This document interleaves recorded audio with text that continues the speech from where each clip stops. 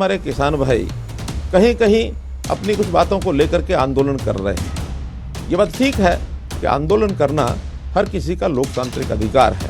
कहीं कहीं इस लोकतांत्रिक व्यवस्था को जब तोड़ा जाता है उस समय प्रशासन को भी कठिनाई होती है, सरकार को भी कठिनाई होती है। आज तो एक बस अड्डे के अंदर वहाँ जो ड्राइवर कंडक्टर उनको देखा गया कोरोना के टेस्ट हुए तो 15-16 लोग एक साथ कोरोना पॉजिटिव निकले, तो उस बस अड्डे को भी 24 घंटे के लिए बंद किया गया है। जान है तो जहान है। अगर हमारी जान नहीं बची तो फिर ये सब चीज़ें यहीं के यहीं रह जाएंगी। इसलिए मेरी अपील है ऐसे किसान बंधुओं से कि ये अवसर अब उस प्रकार के आंदोलन करने का नहीं है, इकट्ठे रहने का नहीं है। पेमेंट की बात है, पैसे की बात है। इस बार व्यवस्था की है कि किसान के हर एक के खाते में ये पैसा जाएगा। अभी तक मेरी जानकारी के हिसाब से 650 करोड़ रुपया ये किसानों को जा चुका है। अब एक विषय जो बहुत ही मुझे एक प्रकार से कष्टदायक स्थिति है उसको मैं वर्णन कर रहा हूं। पिछले बार भी अप्रैल के महीने में हम देखते हैं कि हमारी जो मंडियां थी उसके अंदर प्रोक्योरमेंट का विषय चल रहा था। वो प्रोक्योरमेंट तो इस प्रकार से वैसे ही चल रही है, उसके बारे में बाद में चर्चा करूंगा। लेकिन जो विशेष बात मुझे जिसका उल्लेख करना है वो है हमारे किसान भाई कहीं कहीं अपनी कुछ बातों को लेकर के आंदोलन कर रहे हैं। ये बात ठीक है कि आंदोलन करना हर किसी का लोकतांत्रिक अधिकार है। कहीं कहीं इस लोकतांत्रिक व्यवस्था को जब तोड़ा जाता है उस समय प्रशासन को भी कठिनाई होती है, सरकार को भी कठिनाई होती है। वो चीज़ तो बाद में हम देखेंगे, लेकिन अभी तो इतना ही है कि उसके कारण से जो लोग इकट्ठे होते हैं, जब इकट्ठे होते हैं तो निश्चित रूप से कोरोना के फैलाव का भय वहाँ बना रहता है। हमको पता नहीं रहता कि कौन कोरोना पॉजिटिव हो गया होगा, कौन नहीं हुआ होगा।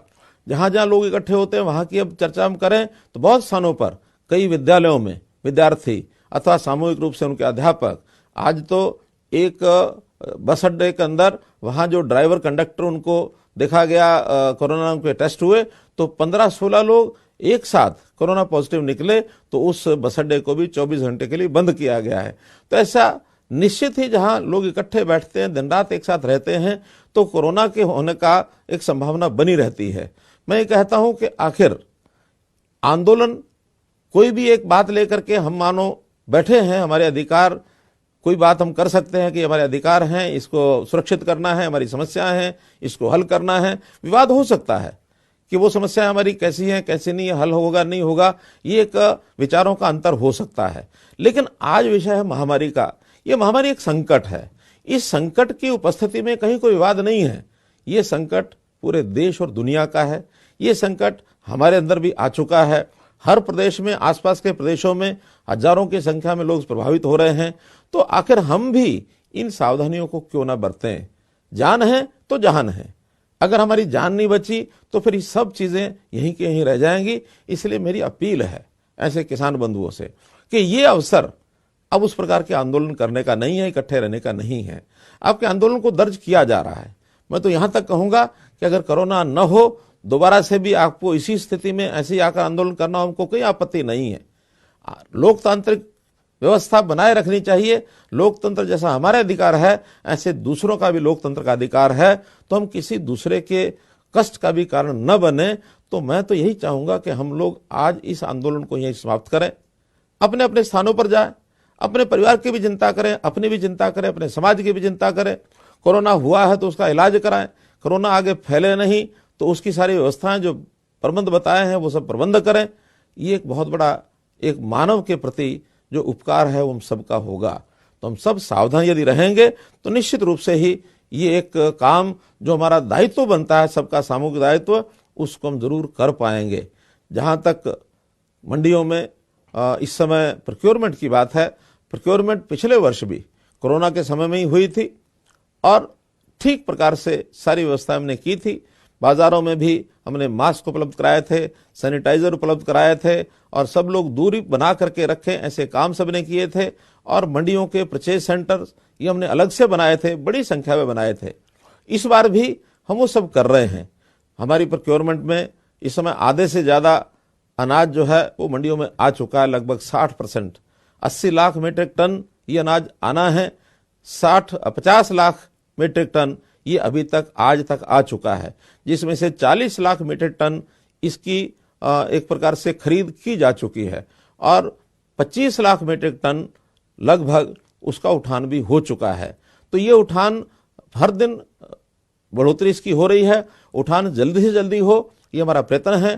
ट्रांसपोर्ट व्यवस्थाएं सबने की हुई हैं, डिप्टी कमिश्नर्स को पूरे अधिकार दिए हुए हैं कि ट्रांसपोर्टर्स को यदि माल उठाने में दिक्कत आती है अलग से व्यवस्थाएं करें, लेकिन मंडियों में अनाज रखा न रह जाए, क्योंकि अनाज जो है वो खुले आकाश के नीचे रखा है।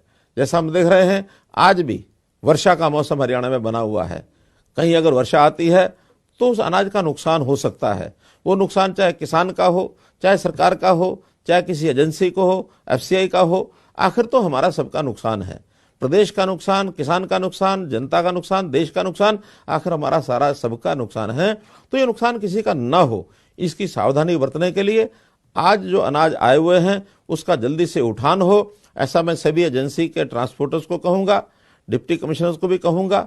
लेकिन मैं किसानों से भी अपील करूंगा कि एक दिन के लिए, 2 दिन के लिए जहां ज्यादा अनाज आ गया है, ग्लटिंग हो गई है, भीड़ हो गई है, अनाज बाहर निकाला नहीं जा रहा है, वहां 2 दिन लाने की स्पीड थोड़ी कम कर लें। 2 दिन के बाद ये सारी मंडियां खाली होने पर, या सारी खाली नहीं होंगी तो कम से कम उतनी जगह बनने पर दोबारा से हम लेकर के आएंगे, तो इसमें हमारा भी लाभ होगा। ये जरूर हम करें। और जहां तक मंडियों में व्यवस्था की बात है, सब व्यवस्थाएं हमने पूरी की हैं, बारदाने की कहीं कोई कमी नहीं है, गोडाउन्स में जगह की कोई कमी नहीं है, ट्रांसपोर्टेशन में थोड़े वाहनों की कमी हो सकती है, जिसका मैंने कहा कि डिप्टी कमिश्नर को हमने पूरे अधिकार दिए हैं, वो सब इसको ठीक कराएंगे।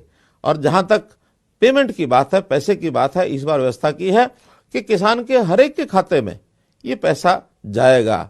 अभी तक मेरी जानकारी के हिसाब से 650 करोड़ रुपया ये किसानों को जा चुका है, क्योंकि अभी 3 दिन से ही पैसा जाना शुरू हुआ है। बाकी जितनी भी अनाज की खरीद है वो खरीद जैसे ही उठान होता है, उठान के साथ साथ एग्जिट पास कटने के बाद और उनका जो टाइम है पेमेंट का वो शुरू हो जाता है। उसके 72 घंटे के अंदर अंदर उनके खाते में ये पेमेंट जरूर पहुंचेगी, ऐसा हमने सुनिश्चित किया है। तो इस प्रकार से आप सबका इसमें सहयोग चाहिए, किसानों का भी सहयोग चाहिए, मंडी में आड़ती भाइयों का भी सहयोग चाहिए। हमारा जो एडमिनिस्ट्रेशन है वो डट करके अपनी ड्यूटी निभा ही रहा है, कहीं कोई लापरवाही न बरते, ये मेरा आपसे अनुरोध है।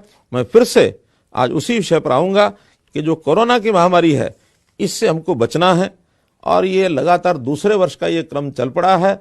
पिछले अनुभवों का लाभ उठाते हुए हम इस बार सारी बीमारी से दूर रहने के लिए जो विधि निषेध बताए हैं उसको लागू करें और कोई पैनिक ना फैलने दें।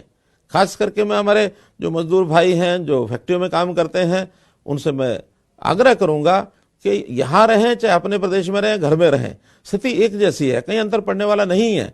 सावधानियां यहाँ भी बरतनी होंगी, सावधानियां वहां भी बरतनी होंगी। इसलिए हम निश्चिंत होकर के बिना किसी चिंता से अपने अपने काम में लगे रहें, और वहां पर जो सूचनाएं आपको मिलती हैं, डिस्टेंस, दूरी बनाकर रखना, आधी संख्या दिन में काम करे, अगर डबल शिफ्ट करनी है तो आधी संख्या रात को करे, 3 शिफ्टें करनी है तो 3 बार शिफ्टें करें, इस प्रकार से। और किसी को छुट्टी के दिन भी अगर कोई फैक्ट्री बंद रहती तो छुट्टी के दिन का उपयोग करें, लेकिन लगातार अपने काम को करते हुए सारी व्यवस्थाएं जो हमारे प्रबंधक हैं, जितने भी उद्योगपति हैं, वो सब प्रबंध व्यवस्था करके स्थानीय हमारे डिस्ट्रिक्ट एडमिनिस्ट्रेशन के साथ जुड़ करके रहें। कोई भी किसी प्रकार की कठिनाई आएगी तो हरियाणा सरकार आपके साथ खड़ी है, हरियाणा सरकार हर प्रकार सहयोग करेगी, किसी को कोई तकलीफ नहीं आने दी जाएगी। चाहे किसी को राशन की बात है, किसी को आर्थिक तंगी है तो आर्थिक स्थिति की बात आएगी, चाहे उद्योग है, चाहे दुकान है, चाहे मजदूर है, चाहे मालिक है, सब की चिंता की जाएगी। पिछले बार भी हमने जो कुछ किया था, लगभग 1500 करोड़ रुपए की व्यवस्था हमने पिछले वर्ष इसी काम के लिए की थी। इस बार भी अब हमारी लगातार मीटिंग्स चल रही हैं। हमारा जो एक ग्रुप बनाया टास्क फोर्स स्टेट लेवल पर, डिस्ट्रिक्ट लेवल पर भी हमने टास्क फोर्स बनाए हैं। वो सब टास्क फोर्स प्रतिदिन मिलते हैं, प्रतिदिन हर बात की बारीकी से जानकारी लेते हैं। और इसके बाद कैबिनेट की जो मीटिंग है हमारी, अगले 22 तारीख को हम कैबिनेट की मीटिंग भी कर रहे हैं। कुछ निर्णय और इसके अतिरिक्त लेने होंगे, उसमें लेंगे। T5 चैनल पंजाबी हुणे सब्सक्राइब करो, बेल आइकन पे क्लिक करो।